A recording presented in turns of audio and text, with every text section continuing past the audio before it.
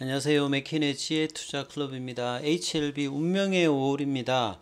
자, 가난 관련된 NDA 신청 언제쯤 할까요? 내일의 투자 전략까지 한번 살펴보도록 하겠습니다. 먼저 개장 이후 미증시 흐름부터 한번 살펴보도록 하겠습니다. 자, 올은 이제 우리 시간으로 이제 목요일이죠. 새벽에 올 FOMC 이제 결과가 나오는데, 자, 5개월 만에 이제 25bp 정도 금리 인상을 지금 기정사실화하고 있습니다. 그래서 이 성장주들이 이제 이런 부분들 영향을 받으면 좀 조정을 좀 받고 있는데요. 현재 지금 다우지수 같은 경우에는 0.51% 하락세고요. 나스닥 같은 경우도 0.31% 하락세. 자, S&P 500 같은 경우 0.38% 하락세고요. 중소형주 중심의 러셀 2000 같은 경우는 0.01% 강보합세. 자, 유가 좀 빠지고 있고 금값은 상승세 흐름입니다. 자, 올달 이제 연준 FMC 관련되는 부분들이 시장에 영향을 지금 장 초반에 주고 있습니다. 자, 그리고 이제 뭐 개별 종목으로 보게 되면요. 지금 대부분 좀 하락세 흐름이 조금 나타나고 있는데 이 테슬라는 이제 모델 3와 Y의 가격 인상 뭐 이야기 기사들 나오면 좀 상승세 흐름이 좀 나타나고 있죠. 자, 바이오주들 전반적인 흐름은 큰 흐름은 지금 좀 없는 상태입니다. 뭐 좀 보합권 정도 흐름이 좀 보여지고 있죠. 자, 오늘 국내 시장 전반적으로 좀 살펴보면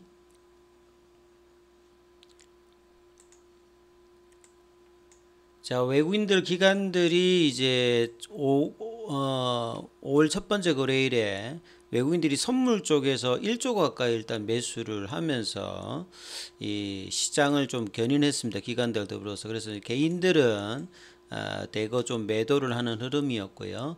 자, 원달러 환율은 이제 1,300원대에서 계속 이제 조금씩 올라가고 있어요. 자, 무역 적자라든지 긴축 관련되는 부분으로서 자, 원달러 환율 자체가 계속 이제 약세 흐름으로 4원 40전 정도 올라갔습니다. 자, 오늘 코스피 쪽에서는 상승 종목 수가 하락 종목 수보다 2배 이상 많았고요. 코스닥 쪽에서도 상승 종목 수가 한 3배 넘게 많이 좀 종목별로는 대부분 좀 상승하는 흐름을 좀 보였다 이렇게 볼 수가 있습니다. 자, 오늘 HLB 같은 경우는 장중 분봉을 보면 올달 이제 NDA 신청 기대감으로 오전장에는 36,350원대까지 아침에 좀 올라갔다가 자, 제가 이제 36,000원, 37,000원 가격을 카톡방에도 많이 말씀을 드리고 계속 이제 4월달에도 이야기를 드렸는데 이 가격이 유지돼야 이 4만원대 가격이 넘어갈 수 있는 어떤 중심 가격이다.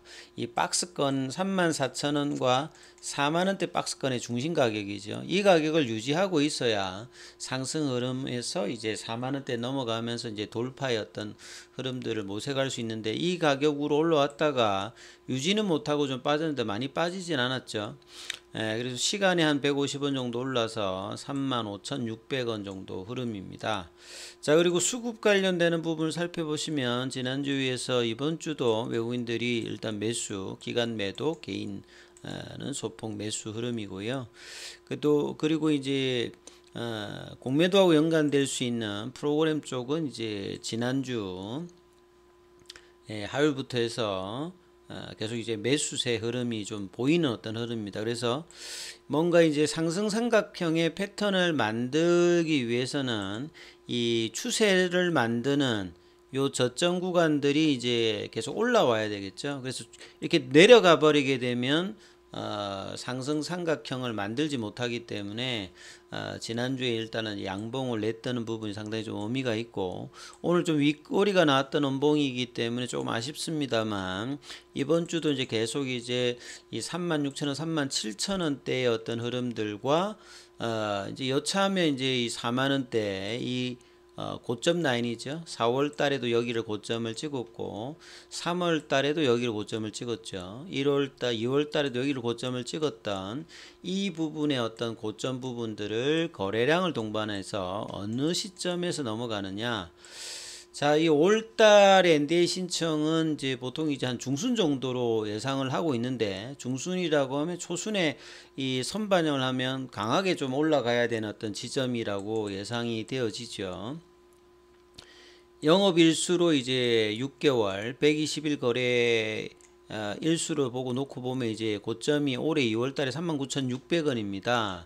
그래서 4만 원대 라인은 월봉상에서 보시게 되면 장기적으로 이제 2020년, 2021년, 2020년 3년 동안 넘게 보시게 되면 굉장히 조금 박스권 흐름으로 좀 보여 있는데요. 자, 이 박스권의 어떤 저점 구간들을 작년 연말 올 초에 만들고 박스권 상단은 이제 이 윗꼬리 형태는 이제 5만 원 이상이죠. 그래서 5만 원 이상 흐름에서 항상 이제 저항대 흐름을 보였는데요. 자, 올해 내년 이 가남 관련되는 NDA 신청과 승인 여부에 따라서 이 부분들은 이제 돌파도 가능한 어떤 영역들로 장기적으로 보일 수 있는데, 결국은 NDA 신청을 제대로 하고 두 달간의 이제 이 관련되는 이제 리뷰를 하고 난 다음에 프라이어티 리뷰 형태로 갈 거냐, 일반 심사로 갈 거냐에 따라서 내년 1월이냐, 내년 이제 5월 달에 끝나느냐, 이 부분들이 이제 가장 큰 중장기 이제 재료가 될 것인데요. 아무튼 이런 부분을 선반영해서 어느 국면에서 이 부분들을 반영할 것이냐, 차트상으로 보면 요 4만 원대 라인은 결국 이제 바닥권에서 월봉을 찾아보면 이 연봉이 나타났던 이 부분들이 어느 정도 이제 올라오는 요런 지점이죠. 그래서 이 4만 원대 라인이 어떤 어떤 이제 분위기로 넘어가느냐가 장기 차트에서도 상당히 뭐 중요한 어떤 흐름이겠죠. 그래서 이 부분에 대한 어떤 시도가 4월 달에 나타나지 않았던 부분이 사실 좀 안타까운 부분인데, 올해는 재료를 가지고 어떤 식의 흐름들이 나오냐가 NDA 신청을 넣고 또 이제 두 달 이후에 프라이어티 리뷰 적용이 되는지 일반 심사인지, 여기도 굉장히 또 주가에도 영향을 줄 걸로 보여집니다. 그래서 이런 기대감들이 일정대로 이제 진행되는지 여부가 일단 가장 중요할 것이라 보여집니다.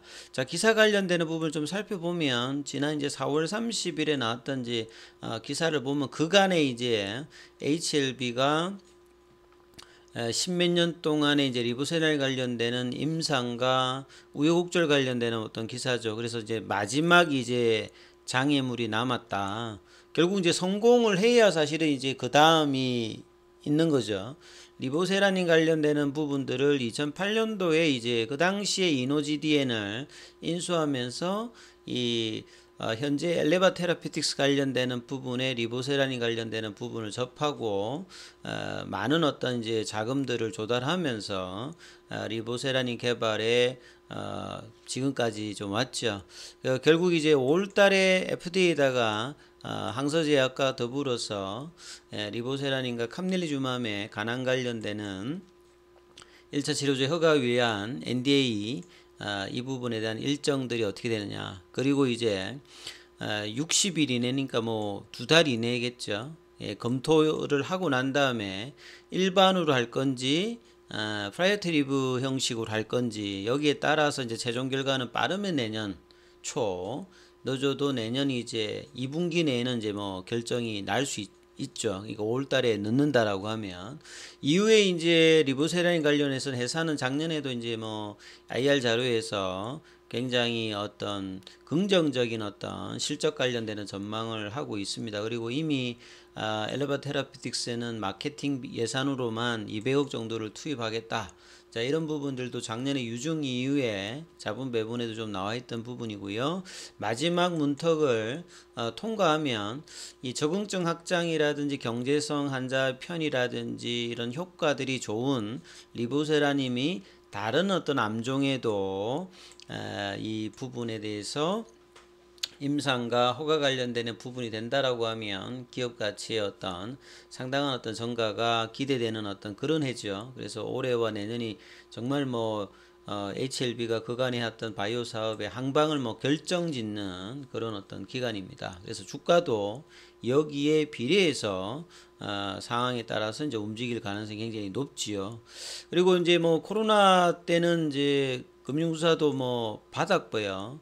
그래서 이제 금감원에서 이제 혐의 없음 이런 어떤 처분을 받고 주가도 사실은 다른 어떤 바이오텍이 코로나 때 어마어마한 상승을 할 때 HLB는 그런 어떤 상황에서도 좀 소외됐던 부분이 있죠. 그래서 한 2, 3년 동안 굉장히 소외했는데 이 부분들이 올해 내년에 어떻게 이제 결과에 따라서 반영될지 작년부터 이제 진양곤 회장 같은 경우에는 주총에서 계속 이제 주주들한테 끝끝내 보답하겠다 했는데 어떤 보답의 결과가 나올지 사뭇 뭐 주목이 됩니다. 그리고 주주들의 요구와 바이오 어떤 기업으로 전환하기 위해서 그동안에 많은 어떤 M&A와 그리고 이제 선박 사업 관련되는 부분을 물적 분할하면서 제대로 이제 바이오 기업으로 업종 전환을 했죠. 생명과학도 이제 업종 전환을 바이오 쪽으로 하면서 이 ND 신청 이후에는 이 바이오 쪽에 이제 패시브 자금의 어떤 유입들, 기간 자금의 어떤 부분들도 좀 기대가 되고 있는 상태입니다.